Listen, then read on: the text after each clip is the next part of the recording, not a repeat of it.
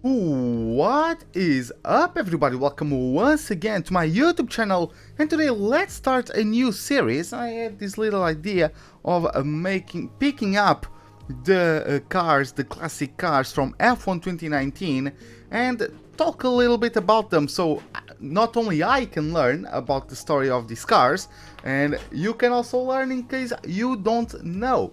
So first of all, let's get ourselves started with the Lotus 72D.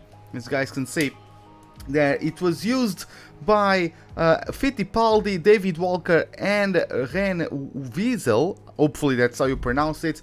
It has 540 kilos chassis made mostly of aluminium, with Ford Cosworth DFV 2019-93 cubical centimeters engine that produced 420 brake horsepower. This back in 72, a quite powerful little beast. And as you guys can see, it had 5 wins and 3 poles, all of them in 1972. It was the only season it raced. It was the only full season it raced. I know it was introduced in 71. I couldn't find, though, enough information regarding how many races, if any races at all, this car went on in the 71 season or the 73 season. So with that, I'll speak a bit about the season, the 72 season, but first, let's get out there on track, shall we? Here we are then, at the Circuit de Spa-Francorchamps. Well, unfortunately, this wasn't the track used for the Belgium Grand Prix back in 17.2. They actually raced at Nivelles, but I suspect this is going to be a fun track for these beasts. So that's where we're going to race today. I'm going to show you guys real quick, just for you guys to see the competition. Where basically, yeah, we have the oldest car of the pack. There are some even 1982 cars. Maybe I should have done this a spec race, but I didn't want every car to look the same. So whatever, we're going to try our best. And during the race, we're going to talk a bit about the season that this car took part of. So let me just get the start right.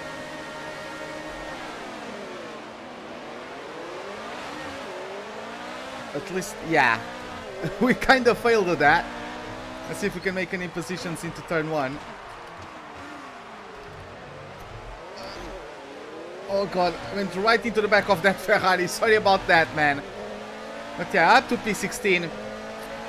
But yeah, talking about the season, it didn't really start in the best of notes, as this car had a double, not a double retirement. One of the cars retired. Fittipaldi's car retired with a suspension failure, and his teammate's car was disqualified due to repairs outside the box. I couldn't find information detailing why he was disqualified, but it was basically for repairing the car in an area that was not allowed, so I suspect it was outside the pit lane, or outside of the box. So that's why it was disqualified. So 0 points scored by this black and gold Lotus. Only the top 6 scored back then, in case you guys don't know. But yeah, so Colin Chapman and his crew went back to the shed and revised the design of the suspension, and after that was fixed, this car was just demolishingly quick. It went on a tear, really. Fittipaldi, of course, Walker didn't do anything the entire season, but Fittipaldi went on a run of 6 straight podium finishes. He got a third, 2 seconds and 3 firsts, I believe, if I'm not mistaken. But he did get 3 wins on that 6 podium run. Oh boy, there are yellow flags. Did I kill someone? I don't think I did. Okay. But yeah, he got 3 podiums on those 6 straight podium finishes. It was a win at Spain.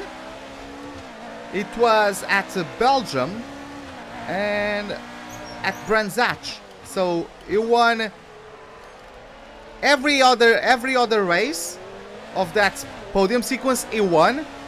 So the car was really good, and especially Branzach was, according to reports, a very interesting race because he had a battle with Jackie X, who got pole. Jackie X got pole that race, and Fittipaldi managed to get up to him and have a battle for the lead. Incident in the next part of the track. No overtaking through the yellow flags. Yeah, I've noticed, Jeff. Oh god. That's a Ferrari not parked in a convenient place. But yeah, Fittipaldi caught up. Speaking of Ferraris, Fittipaldi caught up to Jackie X.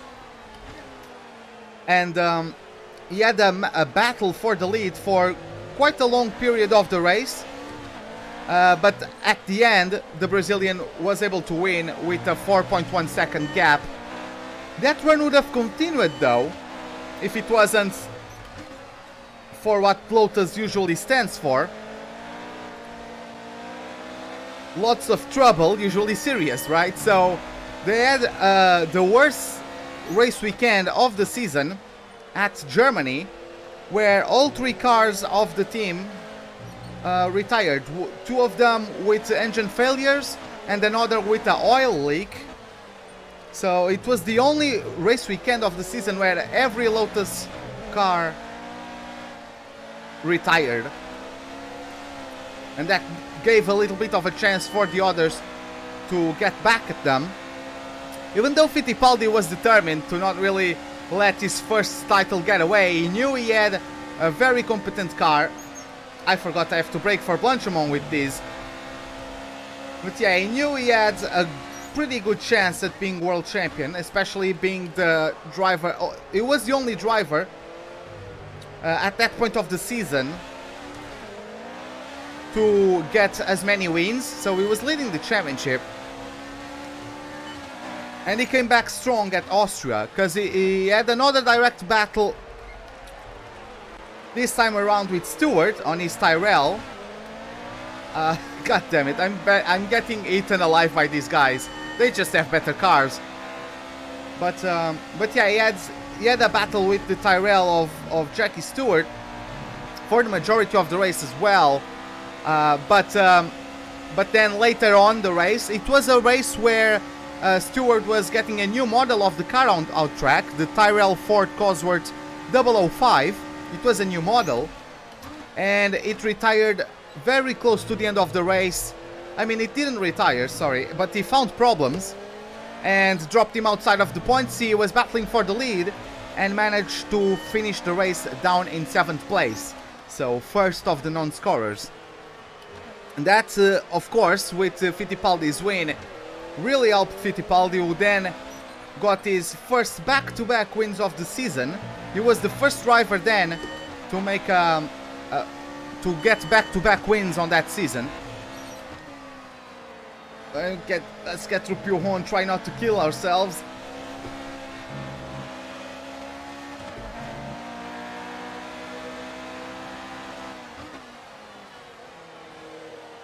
But yeah, as I was saying, he ended up taking back-to-back wins at Italy.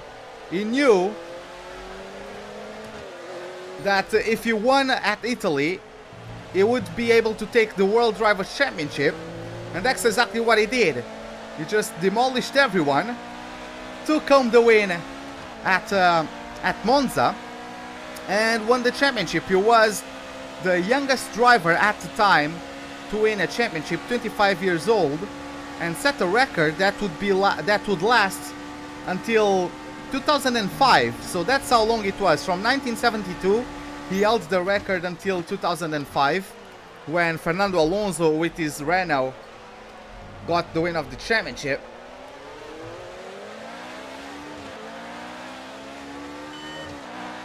God damn it. I'm really trying to catch up to those cars ahead. Oh well. Yeah, I don't know. I'm not sure if I'm going to catch them or not. I'm gonna keep trying though. But yeah, that was basically it. So with 2 races to spare, Fittipaldi managed to secure the championship, the Drivers' Championship, and after that, it was just as if they didn't try, because they failed to score. Fittipaldi failed to score in the race at Canada. It was Stewart winning. Jackie Stewart won Canada ahead of both McLarens. Fittipaldi didn't even finish the race. And then at the last race of the season in Watkins Glen, it was actually a 1-2 finish for Tyrrell. And once again, Fittipaldi finished 11th in that race.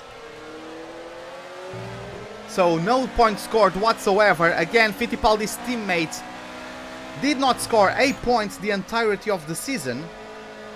And even though Tyrrell's having 2 very competent drivers, and actually getting the one to finish at the last race of the season, Lotus won the championship with 10 points to spare. That's how dominant, that's how reliable and dominant this car was. Because whenever Fittipaldi wasn't winning, he was still finishing on the podium, while the others were finishing outside the points or retiring.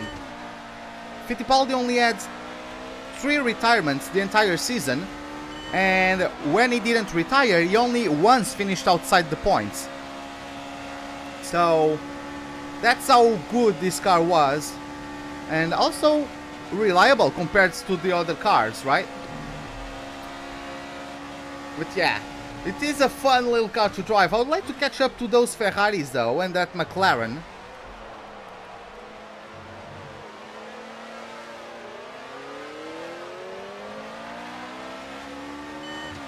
This is your final lap of the race. Yeah, this is giving me a bit of issue, because I can't see what gear I'm on.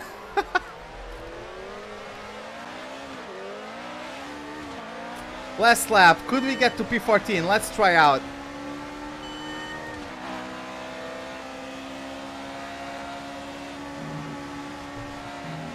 Can't make Eau Rouge flat. Yep. Getting a... At least it was the penalty, but yeah, we can't get through Eau Rouge flat. Okay.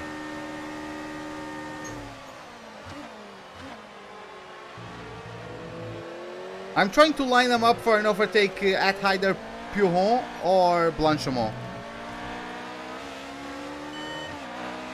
Or maybe even right here.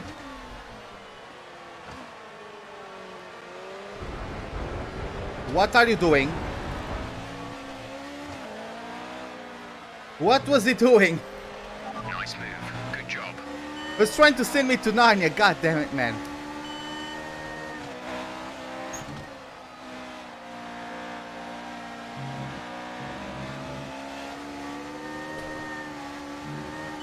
Yep, the guy's trying to bite me. I went full throttle through that second half of Puron, and the car didn't really enjoy it.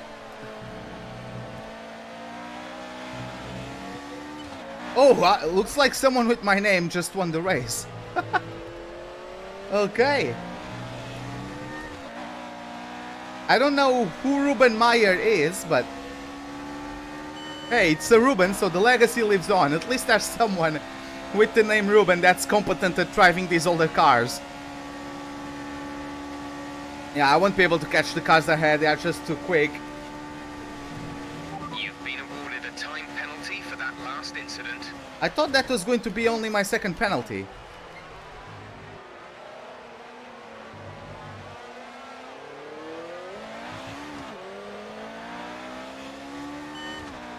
Yeah, we dropped down to 18th. Whatever. Alright, race over.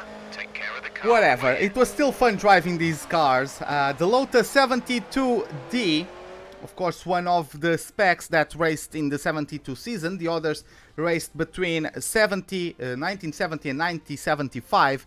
And well, I'm thoroughly exhausted after this is the it. excitement of that race, but I'm sure it's nothing compared to our drivers here. They've worked hard to make it up there, and it's great to see them.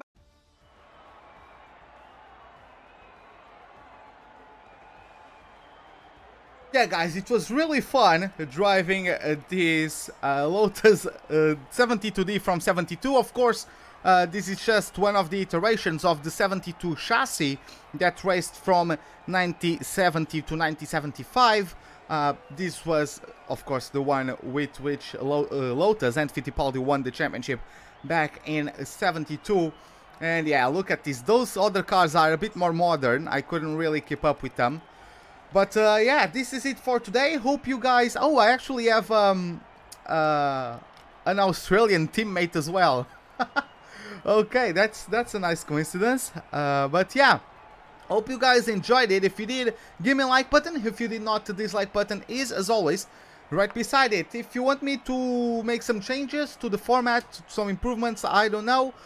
This is just my first video doing this. It's something I think could be interesting for you guys and for me to make, because I have to do the research and therefore learn a bit more about the history of F1 as well.